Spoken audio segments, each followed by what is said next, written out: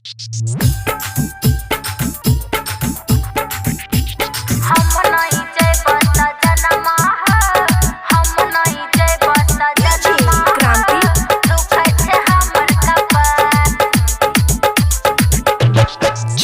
हे धानी गेहूं काटैले बना के देब गला में हार। चलो हे धानी गेहूं काटैले बना के देब सोना के हार। हम नहीं जेब सजनमा दुख छे हमर कपार।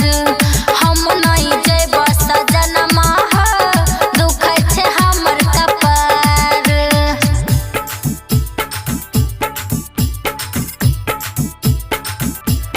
हम नहीं जेब सजनमा दुख छे हमर कपार।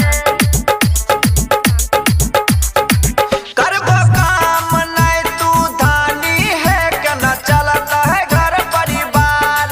बाल बच्चा सब पढ़े लिखे छै बाबूजी रहे छै बीमार। करबो काम नहीं तू धानी है केना चलत है घर परिवार। बाल बच्चा सब पढ़े लिखे छै बाबूजी रहे छै बीमार। नैहर में हमरी है सजनमा माई बाबू के दुलार। नैहर में हमरी है सजनमा माई बाबू के दुलार। गेहूं नहीं कटब सजनमा दुख छे हमर कपार। गेहूं नहीं कटब सजनमा दुख छे हमर कपार।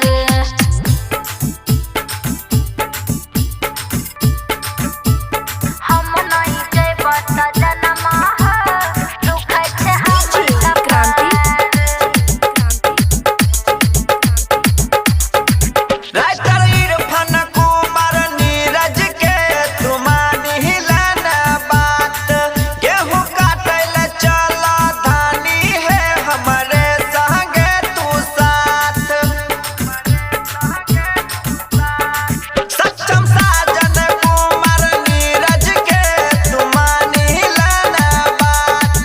गेहूं काटैले चल ना धानी है हमरे संगे और साथ। आरती रानी कम करता न सैया कतनो